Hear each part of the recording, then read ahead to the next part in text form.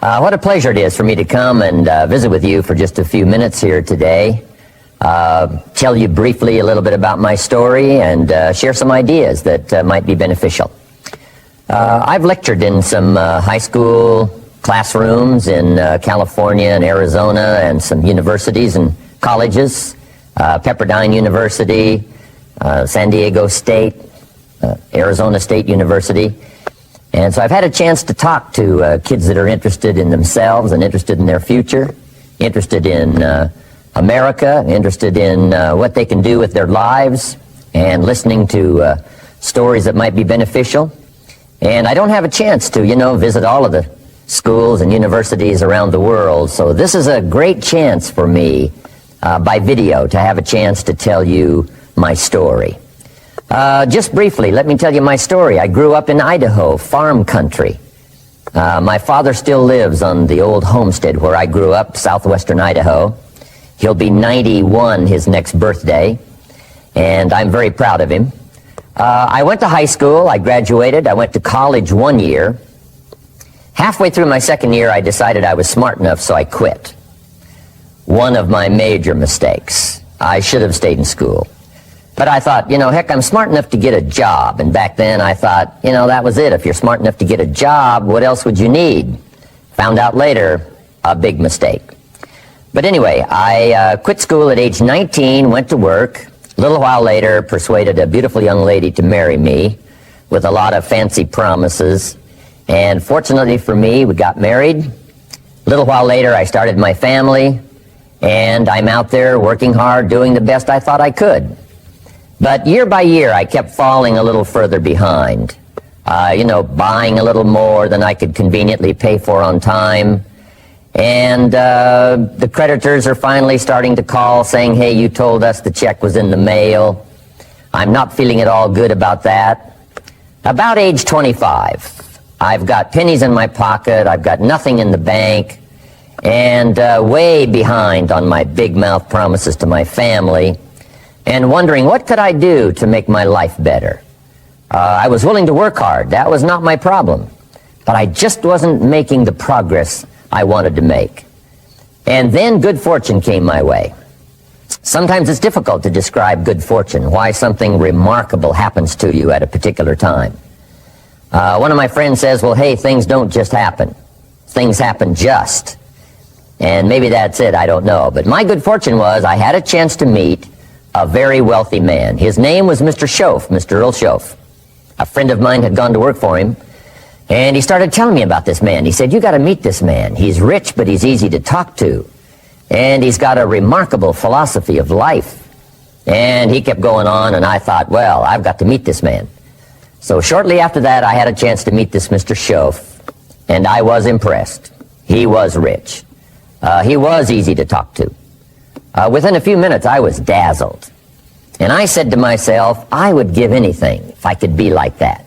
Rich and easy to talk to. What would it take? And then I thought, if I could just get around somebody like him, and if he would teach me and coach me, I would do it all. And that was my good fortune. A few months later, this wealthy man, Mr. Schoaf, hired me and gave me a job, and I went to work for him, and I spent the next 5 years in his employ. And then, unfortunately, at age 49, he died. But I got to spend 5 years with this remarkable man, his last 5 years of his life, and the first 5 years of my new life. And my dream came true during that 5-year period. This man took the time to teach me and coach me. He taught me the books to read, he taught me the disciplines, and he taught me the skills. And he taught me the changes to make in my language and personality. And the things he shared with me during that 5 years changed my whole life. Changed my income, changed my bank account, changed my future. I've never been the same. By the time I was 31 years old, I was a millionaire. So he taught me economics as well. So how lucky can you get to meet the right person at the right time who takes the time to share with you ideas that can change your life? A lot of rich people, right, don't take the time, but he did, and he also had the ability. Some people want to share their experiences, but they don't quite know how to say it. But he had it all, and he used language that I could understand. And those ideas greatly affected my life. I wish he was still alive today. If he was, I'd be calling him today one more time, thanking him for the time he spent with me sharing his life and his experiences that so dramatically affected my life. Then, how I really came to be invited to speak to you today. 30 plus years ago, I was living in Beverly Hills, California. And a friend of mine one day said, "Jim, you've got to come and tell your story to my service club." He belonged to the Rotary Club. And he said, "I know your story. Idaho farm boy makes it to Beverly Hills." But he said, "I know my club members would love to hear your story. Would you come and at our breakfast meeting and tell your story?" And I said, "Okay." So I arranged a little talk, went and shared my story that morning, and guess what? They liked it. And my phone rang. Another club called and said, "Would you come and tell us that story?" My phone rings. Another club calls, said, "We've heard about your story. We have a luncheon meeting. Would you come share your story?" First thing I know, I'm spending a little piece of my time giving these breakfast talks and luncheon talks. And then one day, a man who heard my talk about 3 times said, "Would you come and talk to my management and salespeople?" He said, "I've got this little company going, and he said, if you would spend some time talking with my management and salespeople, I'd be happy to pay you." And I thought, wow, wouldn't that be something? Tell my story and my experiences and get paid? He said, "I'd be happy to."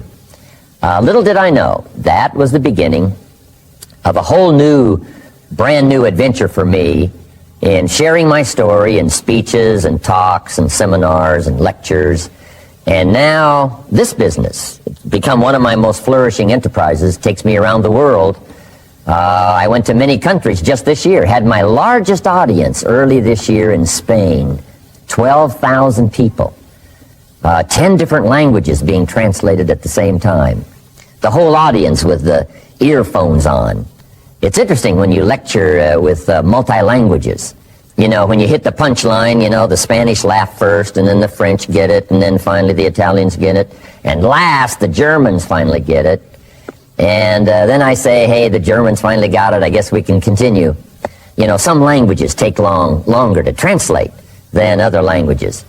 But what an exciting adventure for me. I was in Israel this year.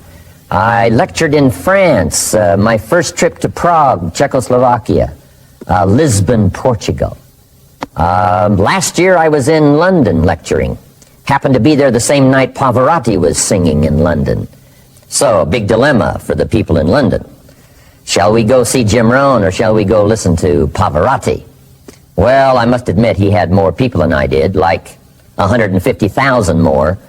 He did a free concert in Hyde Park, and they expected 250,000, but only 150,000 showed up because it rained. And they all got soaked from Prince Charles on down, but they sat in the rain and listened to Pavarotti. I would have been happy that evening, right, to cancel my seminar and go sit in the rain and listen to Pavarotti. Anyway, he and I have agreed now not to appear in the same city on the same day anymore. Not really, but how exciting for me to be able to travel all around the world and share my story. And then especially to have this chance today to come and visit with you. And when I get a chance to speak at a high school class or a university class, I'm always excited about it.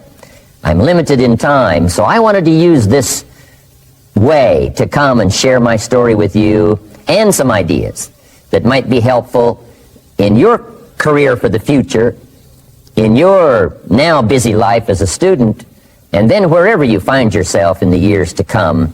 Some of the things I'm going to share with you, I want you to remember for a long, long time, because the ideas I want to translate for you drastically affected my life. And if I can share now and affect your life, and you write me a letter or tell me in person someday, "Mr. Rohn, I listened to your video and I watched it carefully, and sure enough, some of the ideas that you shared greatly affected me, and here's what's happened to my bank account, here's what happened to me in school, here's what's happening to my future," that'll give me great, great satisfaction. So the man who shared with me ideas that changed my life, I want to share with you 3 of those basic subjects. When I met him, I was 25 years old, and when I first got acquainted with him, I used a lot of excuses as to why I wasn't doing well. And he said, "Well, tell me a little bit about your story." And I told him, you know, I was behind on my bills, and had pennies in my pocket, nothing in the bank, that I was embarrassed about being behind on my big mouth promises to my family. And then he gave me one little simple phrase that really forever changed my life. And here's what he said: Mr. Rohn, if you want the future to change for you, you've got to change. And he said, if you don't change, the next 6 years of your life is going to be just like the last 6. You'll still be behind on your bills. You'll still be behind on your promises. But then he gave it to me in the form of a promise. When I was 25 years old, I've remembered it all these years, and I've shared this promise now with probably over 3 million people in the last 30 plus years.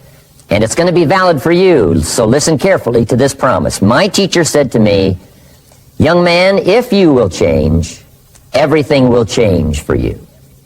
If you will get better, everything will get better for you. What a clear message that was for me.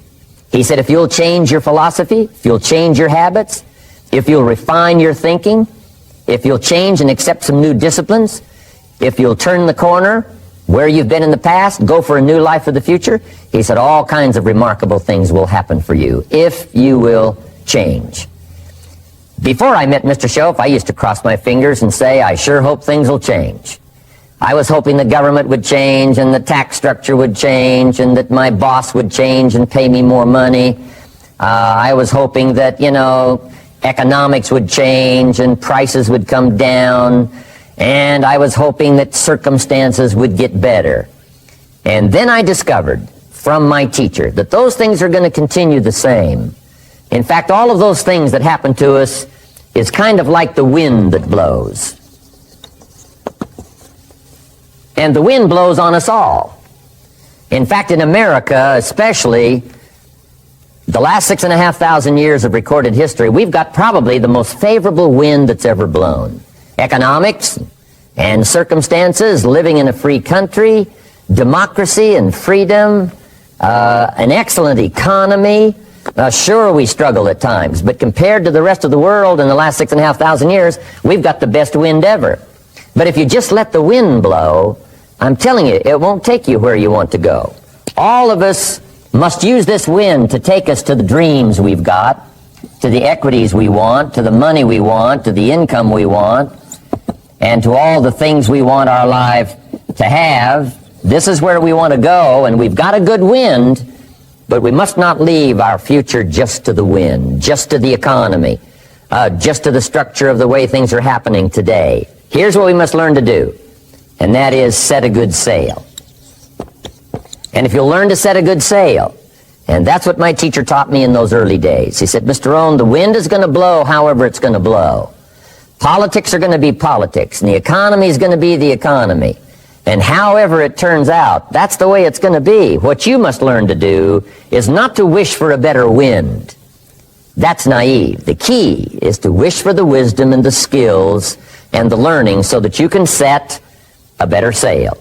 And so that's what I did at age 25. I went to work not on the economy. I went to work not on the community. I didn't go to work to try to change the government. I didn't go to work to try to change my boss or the company. I didn't go to work to try to change circumstances. I went to work to try to change myself. And I picked up that promise my teacher shared with me, that if I would change, my income would change. If I would change, my bank account would change. If I would change, my future would change. And sure enough, his promise came true for me. The first 6 years of my economic life, I wound up broke. Those pennies in my pocket, nothing in the bank, behind on my promises. The second 6 years of my economic life, I wound up rich. But interestingly enough, the second 6 years of my economic life, the government was about the same and the economy was about the same. The companies were about the same. What they paid was the same. Circumstances around me were the same. My negative relatives were the same. But I was not the same. That's how my life changed. And that's how things started working for me, changing my life all those years ago. So that's what I wanted to share with you to begin with. This beginning of what Mr. Shoaff shared with me, that if I wanted my life to change, this was what I was going to have to do. And so he broke it down into 3 subjects that really made an impact on my life, and I want to share those with you. The first subject he called personal development. And the second subject he called setting goals. And the third was how to become financially independent. And I'd like to give you just a few clues from those three major subjects that so dramatically affected my life. And let's get started. The first one is personal development. Now, in illustrating personal development, Mr. Schoaf, my teacher, started with money. You know, money's not the only place to start in talking personal development, but it's where he started, so let me share the thoughts he shared with me back then. Let me share them with you. Here's the best lesson I can give you on economics. It's very simple. We get paid for bringing value to the marketplace. That's about as simple as I can put economics. We get paid for bringing value to the marketplace. Now, it takes time to bring value to the marketplace. However, we do not get paid for time, so we cross that out. Mistakenly, the man says, I'm making about $20 for an hour. Not true. If that was true, you could just stay home, right, and have him send your money. So that's not true. We don't get paid for time. We get paid for value brought to the marketplace. Now, since that's true, here's one of the key questions of my talk to you today. Is it possible to become twice as valuable to the marketplace and make twice as much money in the same time? Is that possible? The answer is yes. Could you become 3 times as valuable as you might be right now to the marketplace and make 3 times as much money in the same time? And the answer is yes. 5 times, 10 times? Of course. America is unique. It's a ladder to climb. It starts down here, let's say, at $5 an hour, and it keeps going up. Top income last year, $80 million. The guy who runs Coca-Cola. Now, that's a heck of a ladder. That's why everybody wants to come here. Right? The boat people are not headed for Vietnam. People haven't plotted and schemed for 50 years saying if I could just get to Poland, everything would be okay. Not true. Everybody wants to come to America. And the reason is because we've got the best wind ever blowing in our favor. We've got the best economic opportunity anybody's had in 6,500 years. And all you have to do is understand it and take advantage of it. Now, there's some key questions to ask here. Why would the marketplace pay someone only $5 an hour? Very simple answer. They're not very valuable to the marketplace. Now, we must underline to the marketplace. This person might be a very valuable brother. Yes. Member of the family, valuable. Yes. Valuable member of the church, of course. Valuable citizen of the country? Yes. Valuable in the sight of God? No doubt. We're all of equal value in the sight of God. But if you're not very valuable to the marketplace, you don't get much money. You say, well, it shouldn't be that way. Well, then you got to start your own country. You know, this one's been in process for 200 years, and this is the best we've been able to come up with so far. But here's the key. You don't have to stay here. Now, there was a big debate in Congress last year that this $5 was not enough, should be 6, should be 6, should be 6. But we don't need legislation. 6 is already on this ladder. The next step up. You know, if you work for McDonald's, they'll pay you $5 an hour to take out the trash. If you whistle while you take out the trash, they'll pay you $6 an hour. So we don't need that legislation. You just need to take lessons on how to whistle. Have a good attitude. Now, as you begin to climb this ladder, why would the marketplace pay some people $50 an hour? Answer, evidently, they must be more valuable to the marketplace. 10 times more valuable. And is that possible for someone to be 10 times more valuable and earn $50 an hour instead of 5? And the answer is yes. That's what America is all about. Now, why would the marketplace pay some people $500 an hour? Evidently, this person must be much more valuable to the marketplace. That's what's important to understand, to the marketplace. And would the marketplace pay one person $80 million for 1 year's work? And the answer is, of course. If you helped a company make $1 billion, would they pay you $80 million? I'm telling you, it is possible. And that's why America is so exciting. That's why this financial ladder is so exciting. It's possible for all of this to come true for all of you, no matter where you start. As a student in school, just getting started out there in the workplace, this is all possible for you. Now, Mr. Shoaff gave me the clue on how to climb this ladder as high as I wanted to climb. Now, we're talking primarily economics here. There's a lot of other ways to become valuable to your family, valuable to your friends, valuable to the community, valuable to the team, right? Valuable to the team effort, valuable to the concert. But here's what he said to me.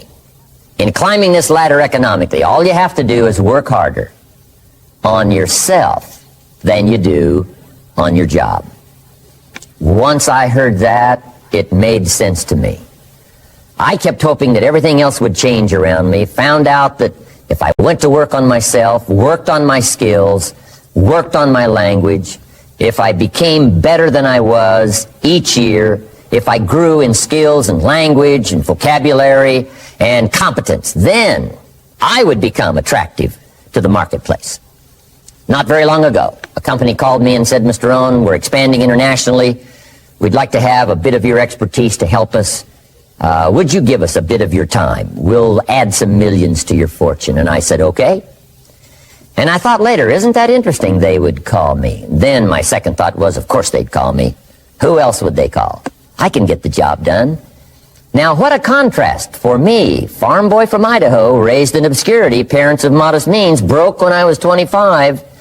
How come I would get a telephone call and someone offer me a lot of money to help them in expanding around the world? Simple answer, evidently. Something happened to me between age 25 and where I am today. And I can tell you where it all started. From my teacher, Mr. Shoaff, who said to me, we don't have to change what's going on out there. That's the wind that's blowing. All we have to do is change what's going on in here. And now there's several ways to do that on personal development. And let me give you those ways. Here's the first one. We must learn from personal experience. Pretty simple. Learn from what happens to you. Take a look back over the last few months. Did you make some mistakes? How could you correct those for the future? Take a look back over the last year. Have you done it right or done it wrong? Let's correct it for the next year. Learn from your personal experience. Mr. Shoaff asked me when I first met him, he said, Mr. Rohn, how are you doing? You've been out there now 6 years. And I said, I'm not doing very well. He said, I suggest you not do that anymore. What a simple, swift analysis to my situation. He said, if you keep doing it, the next 6 years will be like the last 6. You don't want that to happen. Let's make the changes. So learn from your personal experience. Now here's number 2, why I came to share this video experience with you today. And that, I call it OPE, other people's experiences. That's me, other people. That's your teacher, other people. That's your friends and colleagues, other people. The people you meet that can pass along to you their experiences, what's happened to them, the mistakes they made, how they corrected them, how they changed their health and changed their bank account and changed their income and changed their future. That's it, other people. Now, there's 2 kinds of people to learn from. One is failures. It's too bad failures don't give seminars, right? That would be valuable. Bring your notebook. Have them tell you how they lost it all and threw it all away, threw their health away and threw their friendships away and things didn't work out well. That would be valuable. But now then we must also learn from positive, people that have done well. They've got the health, and so we ask them, how did you become so healthy? They've got the skills, so we ask them, how did you become this skillful? They've got the income, so we ask them, how did you get here in such a short period of time? So now here's what's important in personal development. In learning from other people, we learn, number 1, by observation. We learn what we see. We watch people that are successful in what they do. In sports, we watch their disciplines. In business, we watch their disciplines. By observation, what we can see. The reason I created this video is something that you could see someone's experiences translated for you. Second, we learn by what we hear.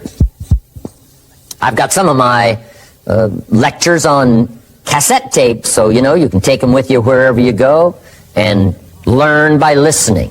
Turn your car into a mobile classroom and listen. And then listen to the sermon on Sunday morning. Listen to the lectures. Listen to the teacher. Listen to someone who's got something good to say. And then number 3 is vitally important on personal development, and that is read all the books. All the books you can possibly read in your lifetime. Mr. Schoaf got me started on my library. I've got one of the better libraries. Haven't read everything in it, but I feel smarter just walking in it. My library. At least I was smart enough to buy it. Now I got to be smart enough to read it. And then, of course, I got to be smart enough to decide what's valuable and then do it. But this one is very important. Become a good reader. Some books that helped change my life. Mr. Schoaf recommended, of course, the Bible. And my parents made sure I was a pretty good scholar by the time I was 18. That's been so beneficial for me, drawing from those illustrations, reading about those stories, people who made it and people who didn't make it, and what the difference was. And then other books that helped to really change my life. One called Think and Grow Rich by Napoleon Hill. And then a book that helped me become financially independent by the time I was 31. And that book is called The Richest Man in Babylon by George Clason. And I'm going to share a little bit of that book with you when I get to financial independence today, our 3rd subject. But I started reading the books, attending the classes, making sure that I got in front of people that had something good to say. And then I started keeping a journal. One of the major things my teacher taught me was to keep a journal. He said, don't trust your memory. If you hear something good, just make a little note and write it down. Now, at first I took, notes on pieces of paper and torn off corners and backs of old envelopes. And it didn't serve me well, thrown in a drawer. Then I learned to keep a journal, a bound copy of all my notes. So I would suggest you do the same. Things that impress you, a poem that impresses you. When you attend a class, some of the ideas that impressed you, jot them down. You read something in a magazine, right? Some ideas. Take those out, put them in your journal. Keep a good journal the rest of your life. This will serve you well. My journals make up a significant portion of my own library. And if you saw my library and saw my journals, I tell you what you'd have to say. This is the library, and these are the journals of a very serious student. No wonder Mr. Rohn is invited to lecture and speak on his experiences around the world. So I want the same thing to happen to you. Value captured that you can resort to later, go back over it and review it, and let it become valuable to you. So that's my first subject, personal development. Work harder on yourself than you do on your job.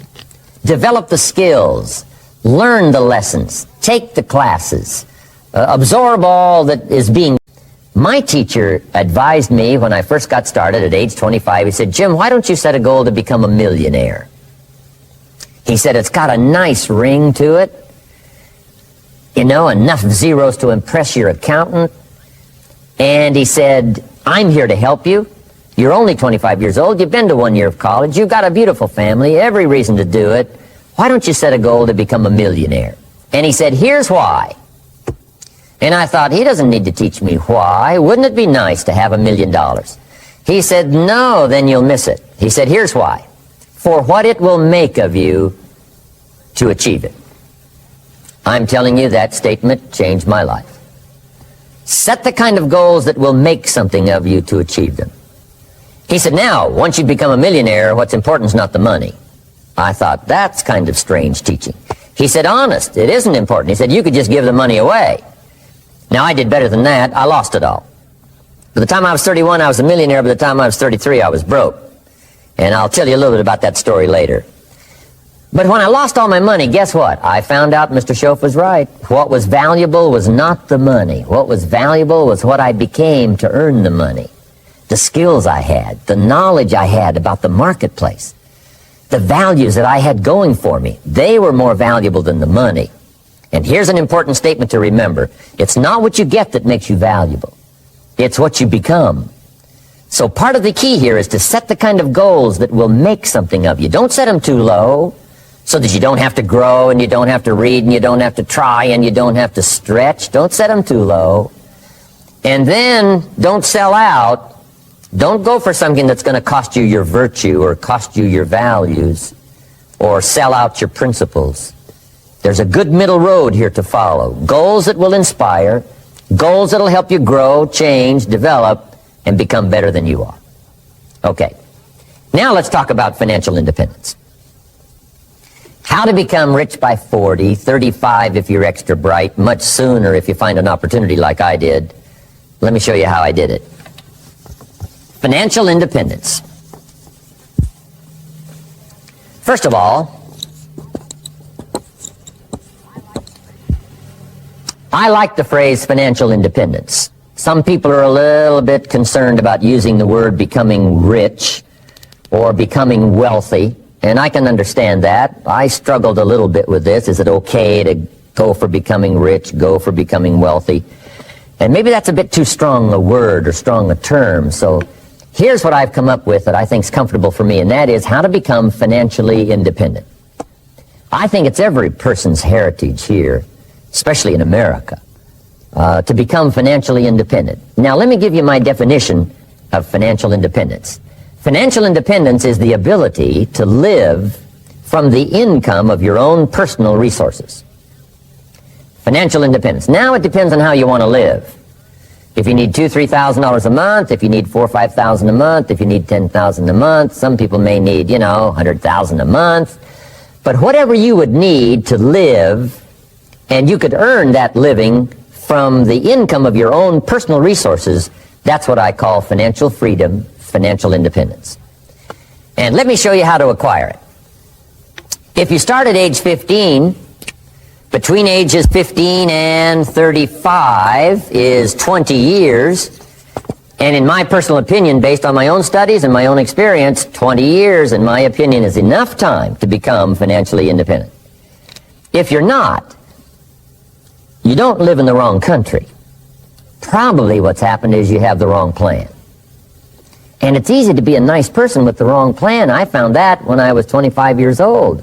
I was broke at age 25, and I was a nice guy. You would have liked me. But I'm telling you, my plans up until then, especially my financial plan, left me broke. I totally changed it the next 6 years, and I became financially independent. So I know what I'm talking about. It is possible in a reasonable amount of time, 15 to 35, whatever, 20 years time, enough time. You can do it in a much shorter period of time, like I did if you want to, but this is a reasonable enough time.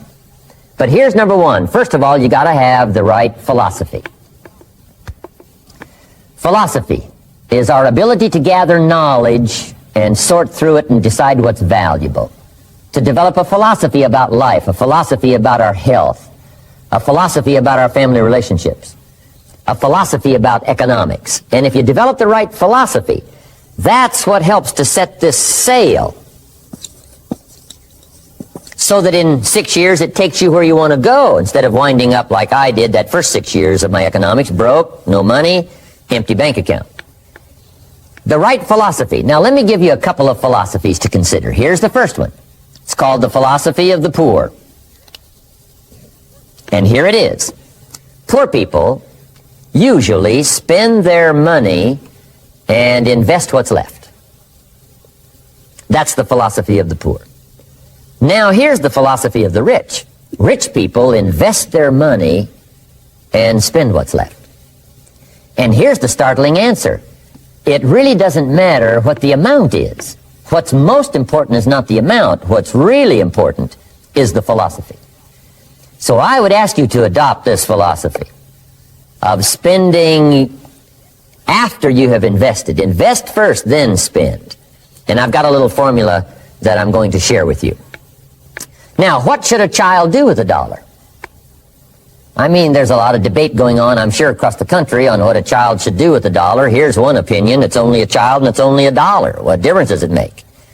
Well, in my opinion, it makes all the difference in the world. A person's economic future starts with a child with $1. Somebody says, oh, no, you're only young once. Let him spend it all. Well, when would you hope that would stop? Somebody says, well, wait till he's 50 and broke like me, and then he'll learn. Well, no, we don't want to wait that long. If I would have known earlier than age 25, I would have changed. In high school, if they would have had classes called Wealth 1, Wealth 2, I'd have taken both classes. I would not have waited until age 25. So, the earlier the better. So, what should a child do with $1? Here's the simple premise to begin with. Don't spend it all. And if a child wants to spend the whole dollar, you got to say, hey, don't spend it all. You know, don't spend it all. They'll say, why not? It's my dollar. I earned it. You say, I know you earned it, but don't spend it all. They'll still say, why not? Say, let me show you why not. So you put them in your car, take them to the other side of town, and show them where people live that spend the whole dollar. You just drive them around. Kids learn best by visual. Just drive around and say, would you like to live here? Kid says, no. Would you like to live like these people live? Kid says, no, no. Then you can't spend the whole dollar.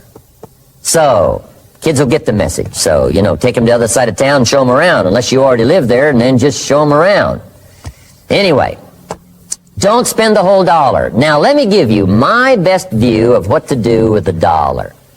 And I promise you, if you started at age 15, now if you're over 15, right, you've still got plenty of time. You still got 20 years. You know, if you're 30, you still got 20 years. I mean, you know, you still got plenty of time to start what I'm about to share with you. What to do with $1. Here's my first bit of advice. Never spend more than 70 cents. Never spend more than 70 cents. Now, you got to pick some number, and the number you pick is going to be determined by your philosophy. It's going to be determined by what you've been taught or your experience teaching yourself. When I first met my teacher, Mr. Schoaf, I was at about 110% of each dollar. You know, I'm down at Budget Finance, hawking my furniture and my car one more time. And then I learned a whole better formula for financial independence. Number one, don't spend more than 70 cents. Now, kids say to me, well, okay, what do I do with the other 30 cents? And here's what I teach them. 10 cents for charity. Charity or church, or helping people that can't help themselves. 10 cents to support worthy projects. Projects that you feel good about. 10 cents out of every dollar. It's called being generous with part of what you've taken out of society.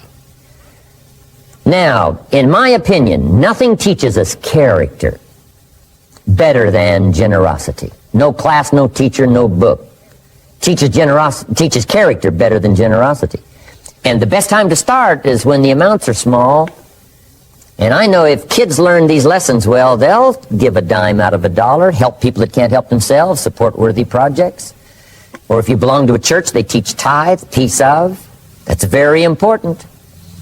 Now, because when the amounts get larger, sometimes it's a little more difficult.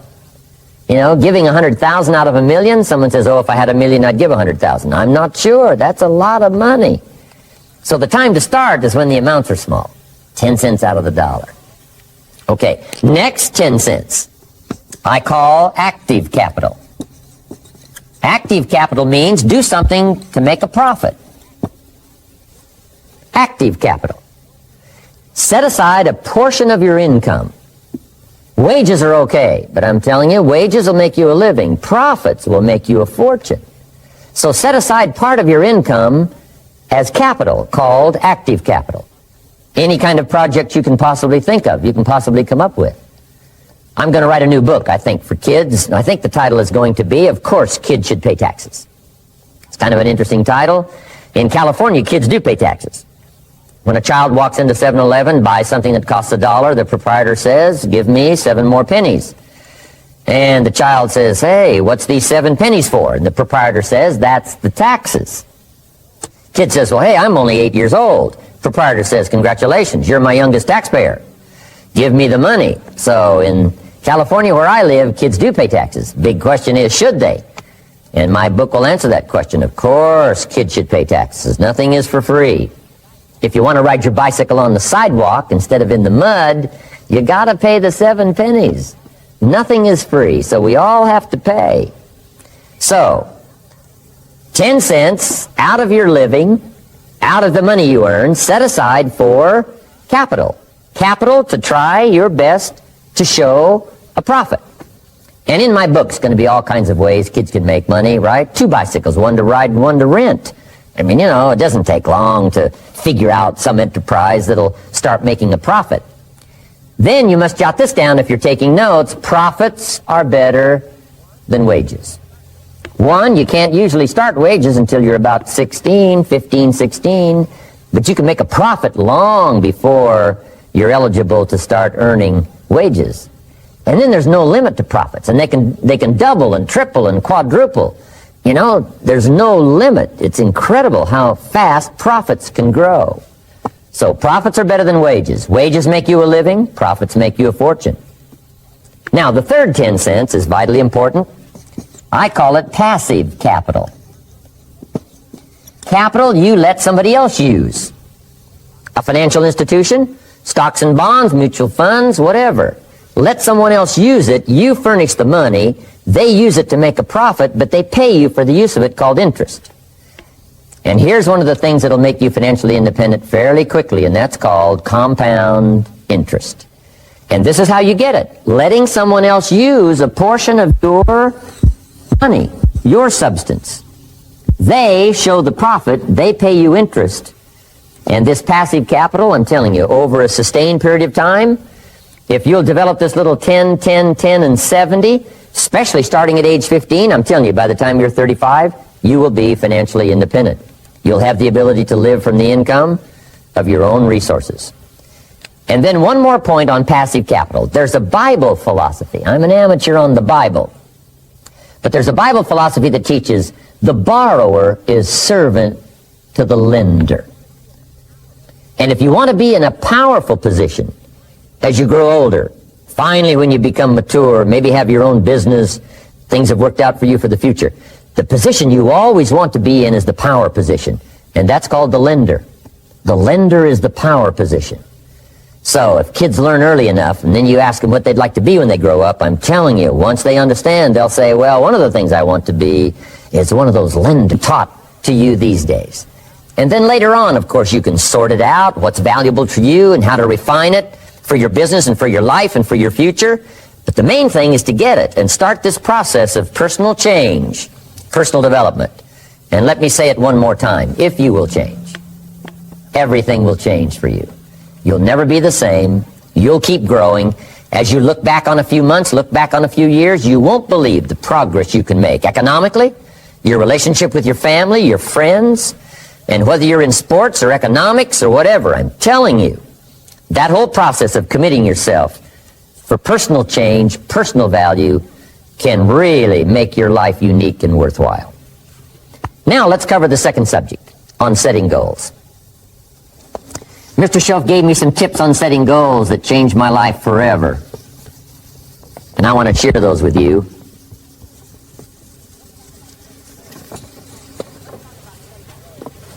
So let's talk about setting goals, and I also want to tie it to personal development, and you'll see how I'm going to do it as I progress here. Setting goals. We need to take a look into the future. There are 4 things to consider in terms of attitude. One is how you feel about the past. Best advice I can give you on that is treat the past as a school. Let it teach you the mistakes you've made, the things that went wrong, the things that didn't work. Don't use the past as a burden to carry, and don't use the past as a club to beat yourself to death. Past losses, past failures, past mistakes. But let the past be a school. Tough school maybe. We've all been through some tough stuff. So if you feel good about the past, draw from it for experience and let it teach you. Then next is how you feel about the future. We've got to have the future well designed. The future is called the promise. And here's what we teach in our leadership series. The promise of the future can be an awesome force for your own future. The promise of the future, designing the future. There's 2 ways to face the future. One is with apprehension, and the other is with anticipation. I promise you, in my travels around the world, most people face the future with apprehension. And here's why. They don't have it well designed. They've sort of left that up to someone else to fix. But here's the best way to face the future, with anticipation. And you can face the future with anticipation if the future is clear, if the future is well designed. And I would like to have you consider some thoughts with me that helped me to really change my future by giving it some thought and some consideration. And here it is. In setting goals, it's very simple. Number one, decide what you want. You just take a little time. You sit down and say, what do I want? What kind of skills do I want? What kind of income do I want for the future? What would I like? Where would I like to go? Places I'd like to visit. Habits I'd like to acquire. Skills I'd like to have. You just take a little time to think about what you want. Economics, friendships, people you'd like to meet, places you'd like to go. You just take some time. And then I suggest, when you've thought about what you want for the future, make a list. Just jot it all down. It's really a very simple process. And then here's number 3. Keep all the old lists. I'm telling you, this served me so well, keeping my old list of goals. I look back now 10, 20 years ago at goals I set, lists I made, and I smile now because here's what I thought was so important, 20 years ago. Now some of those things aren't even on my list. I've got a new list. I've grown. I've changed. I've matured. But I give you that advice. Decide what you want. Number 2, write it down. Number 3, keep the old lists. And then here's number 4. When you get something that's on one of these lists, check it off. Part of the fun of having a list is checking it off. And then if you can add some drama to checking it off, see, that's what really helps. I set a goal to go to Spain many, many years ago. And when I finally made my first trip to Spain, I had that journal with me that had that list in it. And while I had my journal on my lap, waiting for the wheels to touch down in Madrid, I waited until the wheels touched the runway, and I checked it off. Just adding a little drama. So, part of the fun of having a list is checking it off. Now, here's what's important about the lists and designing your future. If the future gets clear, the price gets easier. Because you got to remember, for every promise, there's a price to pay. Everybody's got to pay the price. Everybody's got to do the deal. Everybody's got to do the disciplines. Everybody has to pay. But here's what I've discovered. If the promise is clear and powerful, the price is easy to pay. The price is some classes. The price is a few books. The price is a few disciplines. The price is finding something that'll make your life better, make you grow, make you change, make you develop. So the first part of the key is to design the promise. Then, what is the price to pay? I'm telling you, the price will be easy. Anybody in my audience can pay it, no matter where you are, where you come from. Color doesn't matter, religion doesn't matter, where you grew up doesn't matter, circumstances don't matter. I'm telling you, if you'll make the promise of the future clear for yourself, the things you want, the places you want to go, the things you want to have, the person you want to become, the skills you want, the homes you want, the future you want, the friends you want, all of the values of life that you could possibly want. If you'll make that clear, make those lists, and be serious about it, I promise you it's an easy price to pay. Anybody can pay it. And the best advice I can give you is, if I can do it, you can do it. Farm boy from Idaho, raised in obscurity. I changed my life, turned it upside down, turned it all around, found economics, found future, found promise, and if I can do it, you can do it. So, start setting your goals and see if you can't get a better excitement going for the things you want to accomplish for the future. Now here's my third subject, and that's called financial independence. Oh, by the way, before I get to financial independence, let me cover one more point.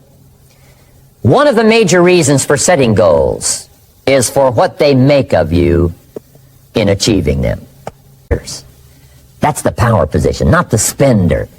No, you'll be pitied the rest of your life if you just become a spender. You got to become a lender. And I think this is the one formulas to follow. 10 cents out of every dollar. Let someone else use it. Be the lender, power position. Then try to show a profit. Can't we teach our children how to take $1, search the neighborhood, find a broken wagon, pay $1 for it, bring it home, clean it up, sand it until it's clean, paint it red till it shines, straighten out the wheels till they're true, take it back to the neighborhood, sell it for $5? Anybody can do that. Now, does the child deserve $4 profit? And the answer is yes. Society now has a mended wagon. And that's what America's all about.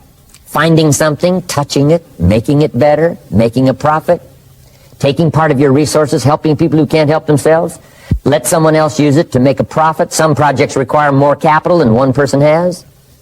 Exciting. And then let them pay you for the use of it. America's had this philosophy now all these years. Communism has taught all these years capital belongs in the hands of the state, not in the hands of the people. We've been teaching all these years capital belongs in the hands of the people, not in the hands of the state. And we turned out to be right. Capital in the hands of the kids, capital in the hands of the people.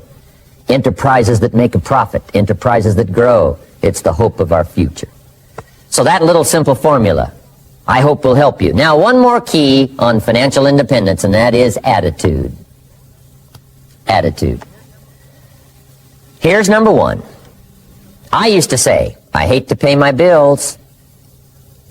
My teacher straightened me out on that. He said, let's see, Mr. Rohn, what you hate to do is pay $100 on an account and reduce your liabilities and increase your assets. I said, well, no, not if you look at it that way. He said, well, it all depends on how you look at it. So wouldn't you love to pay your bills, reduce your liabilities, increase your assets? You got to have that kind of attitude.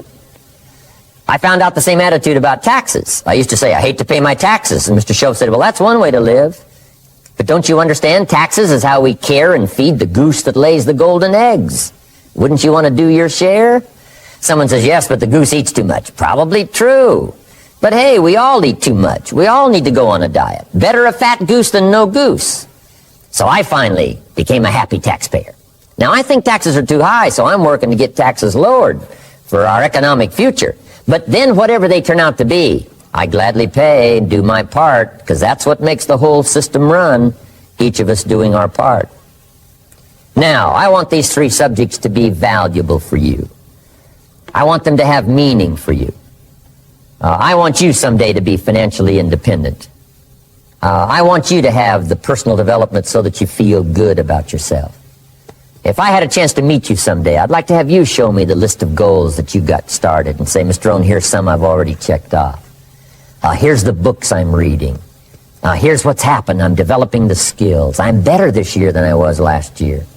I've got more self-confidence. My skills are developing. That's what I want for you, and that's why I took the time to come and share in this video message with you. I do seminars all around the world, but this is one way that I can reach out and touch you in case you can't come to my seminars wherever I am. Maybe this video will reach you somewhere, and it'll have an impact on your life. And what I'd like to do is later hear about it, a letter, phone call, or to have a chance to meet you in person. And now I'd like to leave you with these 4 questions called questions to ponder. These questions were valuable for me, and I want to make them valuable for you. Here's the first one, why? We all ask why we should work this hard, why take that many classes, why go to school that many years, you know, why take the notes, why read the books, why work that hard, why put yourself through the push-ups and the disciplines, why? Good question, why? Best answer to why, I think, is the second question. Why not? Why not see how many books you can read, how many classes you can take, how many skills you can develop? Why not see how valuable you can become to the marketplace and to your friends and to your family? Why not see what you can make of yourself? Why not see how far you can go, how much you can see, how much you can earn, how much you can share? Why not? That's the heritage all of us have, in America especially, is to see what we can make out of our lives now that we've been given this extraordinary opportunity. Now, my third question I'd love to ask you in person. But since I can't do it in person, I want to ask it of all of you. But I want you to take it personally. And my third question is, why not you? Why not you? With good self-esteem. Why not you starting to change and setting goals? Why not you starting to make progress toward financial independence? If I can do it, you can do it. I wished I had a lot more testimonials here today besides mine. A whole steady stream that would come by and tell you their story. Someone who started with nothing, finally run a big enterprise. A mother who was on welfare, now she owns her own business. In addition to my story, I wish I had a lot more. And if all of them told their story, guess how they would probably wind up their story? They'd probably say, just like me, why not you? If we can read, you can read. If we can change, you can change. If we can figure it out, you can figure it out. If we can turn it around, you can turn it around. There isn't anything you can't accomplish. That's what those testimonials would say. And so I want to say it to you personally. Why not you? You've got the brains. You've got the stamina. You've got the vitality. You've got the interest. You've got your life ahead of you. You've got the future. You can do it. If anybody can do it, you can do it. If one of us can do it, hey, we all can do it. And now here's my last question. Why not now? This is a good time as the 20th century starts to wind down, a few more years as we get ready for century 21. What a good time to set your goals, work on yourself, work on your skills. What a good time to get it together. What a good time to start this process. Personal development, growing, changing, developing, having a good plan for your money and for your life and for your future. Why not now? And I hope I have a chance to see you one of these days and share with you the experience, the reaction, the response you might have had from my message today. And until I get a chance to see you on this side of the world or the other side of the world, in some school or some seminar, or maybe I'll come and speak for a company that you work for someday. I hope I get a chance to meet you. Until then, I wish you the best. I want all that I've gotten to be yours and much, much more. God bless. Goodbye.